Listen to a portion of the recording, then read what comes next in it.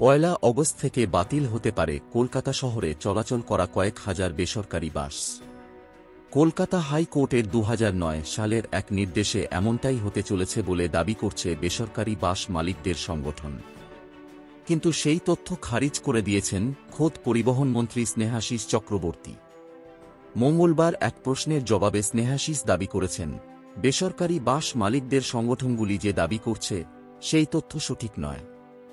তবে ঠিক কত সংখ্যক বেসরকারি বাস বাতিল হচ্ছে পয়লা অগস্ট থেকে, এমন প্রশ্নের মুখে পড়ে পরিবহন মন্ত্রী বলেন, আমাদের হাতে যে তথ্য রয়েছে তার ভিত্তিতে আমি বলতে পারি যে অগস্ট থেকে ডিসেম্বর মাস পর্যন্ত মাত্র ১৫৭টি বেসরকারি বাস বাতিল হবে।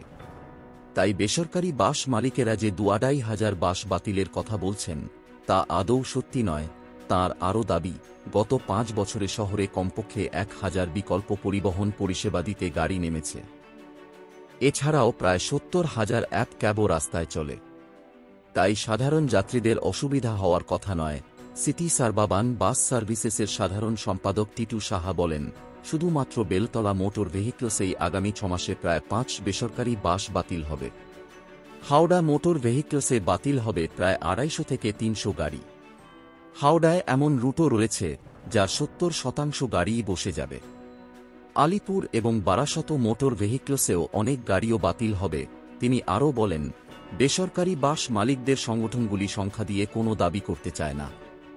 প্রথমত, গাড়ির তেলের দাম বেড়েছে লিটারে ৩০ টাকা করে, তাতে অপারেশনাল খরচ বেড়েছে ২৫০০ টাকা। যেখানে আয় ব্যয়ের সমতা রাখা যাচ্ছে না সেখানে পুরনো বাস উঠে গেলে নতুন গাড়ি নামবে কিভাবে? দ্বিতীয়ত, বছর বছর যেসব নতুন গাড়ি রাস্তায় নেমেছে তাতে রিপ্লেসমেন্ট হয়েছে, সামগ্রিক গাড়ির সংখ্যা বাড়েনি।